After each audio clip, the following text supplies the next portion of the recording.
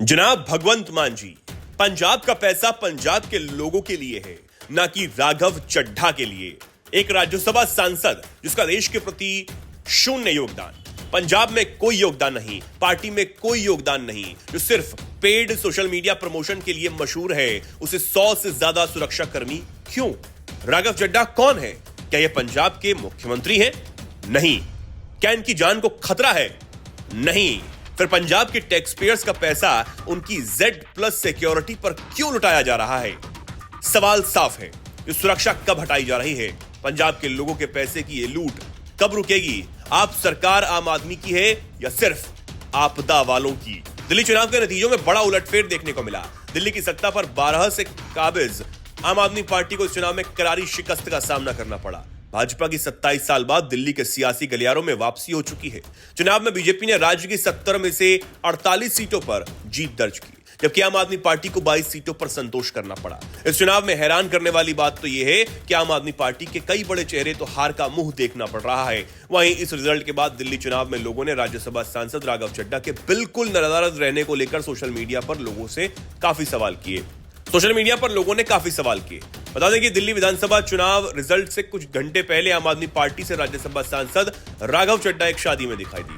राघव चड्ढा दिल्ली चुनाव के रिजल्ट से पहले प्रियंका चोपड़ा के भाई सिद्धार्थ और नीलम की शादी में पहुंचे थे। सोशल मीडिया पर परिणीति ने इस शादी की झलक अपनी इंस्टा स्टोरी पर शेयर की। परिणीति के साथ उनके पति राघव चड्ढा भी नजर आ रहे हैं। सिद्धार्थ चोपड़ा की शादी के कुछ दिनों पहले परिणीति चोपड़ा ने पोस्ट कर लिखा था, हम वास्तव में उधार के समय पर हैं। ऐसे लोगों को चुने जो आपको चुने और बाकी सभी को चुनने दें। चुनाव के समय दिल्ली में मौजूद नहीं रहने पर लोग राघव चड्ढा को जमकर ट्रोल कर रहे हैं। एक यूजर ने कहा, ये पत्नी में ही परेशान रहता है, भाई चुनाव में ध्यान दो। दूसरे ने कहा, पता था हारने वाला है इसलिए शादी में शामिल हो गया। वीडियो को देखने के बाद नेटिजन्स खूब कमेंट कर रहे हैं। एक ने कहा, ग्रेट सुपरस्टार फाइनली पहुंच रहा है। वहीं एक अन्य यूजर ने लिखा, दिल्ली चुनाव परिणाम के आने पर ये भाई साहब तो बॉलीवुड में चले जाएंगे। राघव चड्ढा का अहम मौकों पर नादाराद रहना कोई नई बात नहीं है। जब पिछले साल अरविंद केजरीवाल शराब नीति मामले में गिरफ्तार हुए तब उम्मीद थी कि उनके करीबी सहयोगी और वरिष्ठ नेता राघव चड्ढा सामने आएंगे, लेकिन वे कहीं नजर नहीं आए। उनकी गैर मौजूदगी को लेकर सवाल उठे। उसके बाद आप नेता सौरभ भारद्वाज ने बताया कि चड्ढा लंदन में आंख की सर्जरी करवा रहे थे और डॉक्टर्स ने उन्हें पूरी तरह आराम करने की सलाह दी थी। इस पर स्वाति मालीवाल ने लिखा, स्वाति ने सोशल मीडिया प्लेटफॉर्म एक्स पर पोस्ट करके कहा कि पंजाब को कुछ लोगों ने अपना एटीएम समझ लिया। आइए जानते हैं स्वाति मालीवाल ने क्या कुछ कहा। स्वाति मालीवाल ने एक्स पर लिखा, पंजाब को कुछ लोगों ने अपना एटीएम समझ लिया है, सैंड माइनिंग, ट्रांसफर पोस्टिंग और रियल एस्टेट। इसके बाद उन्होंने एक्स पोस्टिंग में लिखा कि इस लूट को रोकना होगा। इसके बाद मालीवाल ने एएनआई से बातचीत में कहा कि जगह जगह सैंड माइनिंग खुलेआम हो रही है, ट्रांसफर पोस्टिंग में खुलेआम भ्रष्टाचार है, यहां तक कि रियल एस्टेट डेवलपर से भी वसूली की जा रही है। मालीवाल ने कहा कि इसे लेकर पंजाब के लोगों और एमएलए में काफी गुस्सा है। चुनावी रेवड़ी बांटने की पीएम मोदी की चिंता पर सुप्रीम कोर्ट ने भी अब मोहर लगा दी। सुप्रीम कोर्ट ने बुधवार को कहा कि चुनाव से पहले रेवड़ी बांटने की प्रथा के कारण लोग काम नहीं करना चाहते हैं, क्योंकि उन्हें मुफ्त में राशन और पैसा मिल रहा है। वहीं दिल्ली हाई कोर्ट ने ऐसा ही एक मामले में नकदी बांटने की खिलाफ याचिका पर सुनवाई से इनकार कर दिया। मुफ्त चीजें बांटने के मामले में सुप्रीम कोर्ट के न्यायाधीश BR गवई और न्यायाधीश ऑगस्टिन जॉर्ज मसीह की पीठ ने सुनवाई की। सुप्रीम कोर्ट की पीठ ने शहरी क्षेत्रों में बेघर लोगों के आश्रय के अधिकतर से संबंधित मामले की सुनवाई करते हुए चुनाव से पहले मुफ्त चीजें देने की प्रथा पर असहमति जताई। कोर्ट ने कहा कि बेघर लोगों को मुख्यधारा के समाज में शामिल किया जाना चाहिए। जस्टिस गवई ने कहा, दुर्भाग्य से इन मुफ्त सुविधाओं के कारण लोग काम करने को तैयार नहीं। उन्हें मुफ्त राशन मिल रहा है, उन्हें बिना कोई काम किए ही राशि मिल रही है। पीठ ने कहा, हम उनके प्रति आपकी चिंता की सराहना करते हैं, लेकिन क्या यह बेहतर नहीं होगा कि उन्हें समाज की मुख्यधारा का हिस्सा बनाया जाए और राष्ट्र के विकास में योगदान करने की अनुमति दी जाए?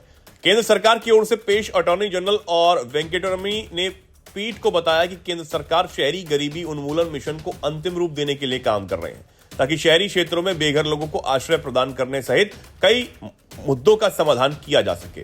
इस पर पीठ ने अटॉर्नी जनरल से पूछा कि केंद्र के मिशन को लागू करने में कितना समय लगेगा। इस मामले की सुनवाई 6 सप्ताह बाद होगी।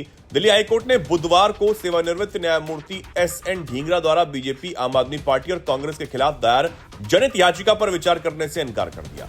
याचिका में चुनावों में मतदाताओं को नकदी बांटने के दलों के राजनीतिक वादों को भ्रष्ट आचरण बताते हुए इस पर रोक लगाने की मांग की गई थी। मामले की सुनवाई करते हुए हाईकोर्ट के मुख्य न्यायाधीश देवेंद्र कुमार उपाध्याय और न्यायमूर्ति तुषार राव गोडले की खंडपीठ ने याचिकाकर्ता को सुप्रीम कोर्ट का दरवाजा खटखटाने को कहा। हाईकोर्ट ने कहा कि सर्वोच्च न्यायालय में अश्विनी कुमार उपाध्याय बनाम भारत संघ मामले में इसी तरह का मामला लंबित है। ये जनहित याचिका सेवानिवृत्त न्यायमूर्ति ढींगरा द्वारा दायर की गई थी, जो समय यान नामक संगठन के अध्यक्ष भी हैं।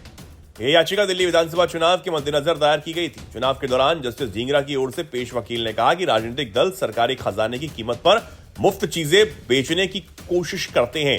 उन्होंने कहा कि राजनीतिक दलों द्वारा मौद्रिक योजनाओं की आड़ में मतदाताओं की स्पष्ट अनुमति के बिना डेटा एकत्रित किया जाता है।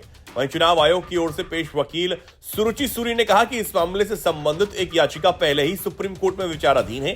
उन्होंने कहा कि 2023 के आदेश के अनुसार इस मामले में 3 जजों की बेंच गठित करने की आवश्यकता है। इसके बाद हाईकोर्ट ने इस मामले को खारिज कर दिया और याचिकाकर्ता से कहा कि वो सुप्रीम कोर्ट में जाएं। बता दें कि प्रधानमंत्री नरेंद्र मोदी भी रेवड़ी बांटने की प्रथा पर चिंता जता चुके हैं।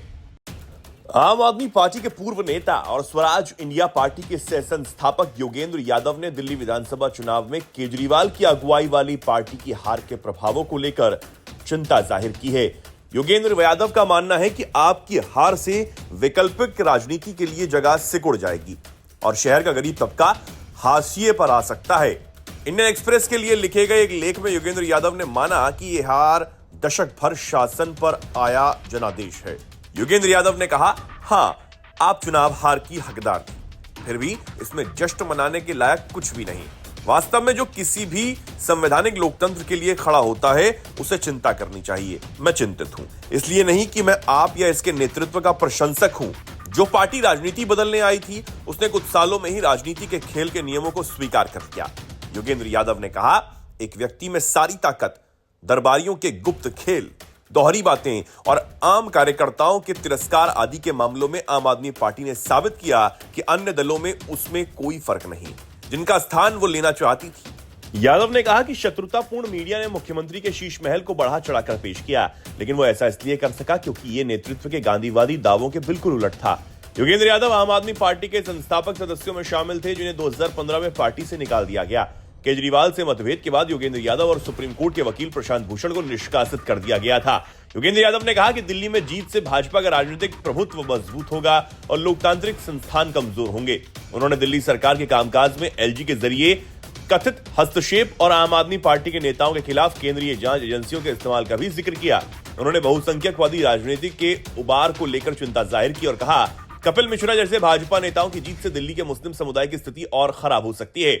वहीं पूर्व केंद्रीय मंत्री और हिमाचल प्रदेश के भाजपा सांसद अनुराग ठाकुर ने रविवार को आम आदमी पार्टी संयोजक अरविंद केजरीवाल पर आरोप लगाया कि वो दिल्ली की निवर्तमान मुख्यमंत्री आतिशी मारलेना को हराने की कोशिश कर रहे थे, लेकिन खुद हार गए।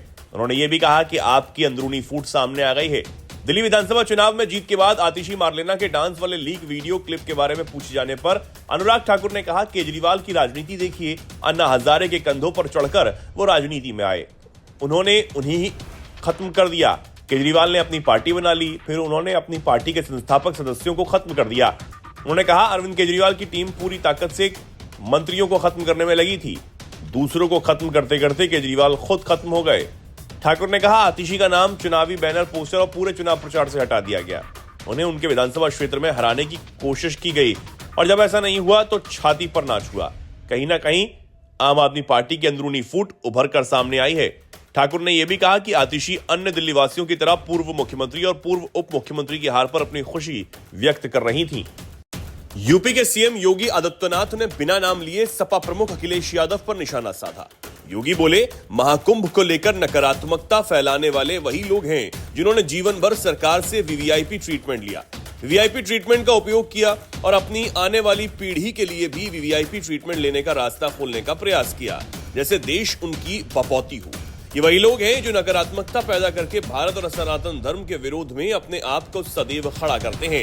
ये लोग महाकुंभ को लेकर दुष्प्रचार कर रहे हैं। योगी ने कहा कि महाकुंभ में किसी के साथ भेदभाव नहीं है, न तो जाति का, न पंथ का, न क्षेत्र का और न भाषा का भेद है। हर जगह से लोग महाकुंभ आ रहे हैं। 29 दिन में अब तक 45 करोड़ श्रद्धालु महाकुंभ में स्नान कर चुके हैं। एक अस्थायी शहर में 45 करोड़ लोग आकर डुबकी लगाकर चले जाएं, इससे बड़ी बात और क्या हो सकती है।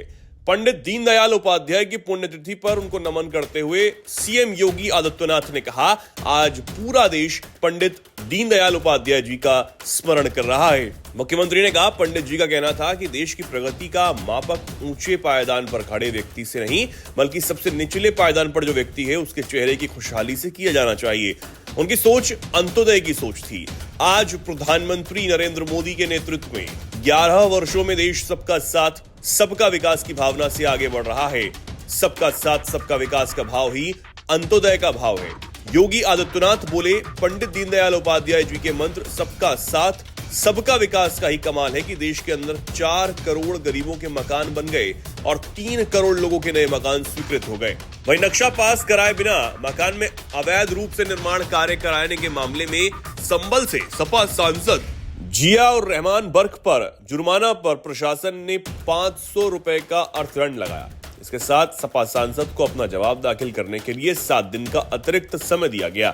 दरअसल अवैध निर्माण मामले में सपा सांसद बर्क को प्रशासन की ओर से नोटिस जारी किया गया था। प्रशासन ने उनसे नक्शा और अन्य साक्ष्य प्रस्तुत करने को कहा था, मगर बार बार तारीख गुजर जाने के बावजूद सपा सांसद की ओर से कागजात प्रस्तुत नहीं किए गए। इसके बाद अब उन पर अर्थदंड लगाया गया है। इस पूरे मामले में संभल के एसडीएम वंदना मिश्रा ने बताया कि प्रशासन की ओर से सांसद वर्ग को 2 बार अलग अलग नोटिस भेजे जा चुके हैं, मगर उनकी तरफ से कोई जवाब दाखिल नहीं किया गया। अब 17 फरवरी तक अगर सपा सांसद की ओर से नोटिस का जवाब नहीं दिया गया तो उसके बाद प्रशासन तय करेगा कि उनके खिलाफ क्या कार्रवाई की जाए। सांसद वर्ग नखासा थाना क्षेत्र के दीपा सराय में मकान का निर्माण करवा रहे हैं। इससे पहले 20 दिसंबर 2024 को सांसद के घर के बाहर सड़क के किनारे नाली के ऊपर अवैध रूप से बनाई गई सीढ़ियों को बुलडोजर के द्वारा तोड़ दिया गया था। संभल हिंसा मामले में सपा सांसद वर्ग को पुलिस ने आरोपी बनाया हुआ है, जिसको लेकर उनके खिलाफ जांच चल रही है। पुलिस द्वारा दर्ज एफआईआर को रद्द कराने की मांग को लेकर सांसद वर्ग ने इलाहाबाद हाईकोर्ट का दरवाजा खटखटाया था। हालांकि अदालत ने उनकी गिरफ्तारी पर रोक लगा दी, मगर जांच जारी रखने का आदेश दिया और एफआईआर भी खारिज नहीं की। वहीं बिजली चोरी के आरोप में भी सपा सांसद को 1.91 करोड़ के जुर्माने का नोटिस भेजा जा चुका है।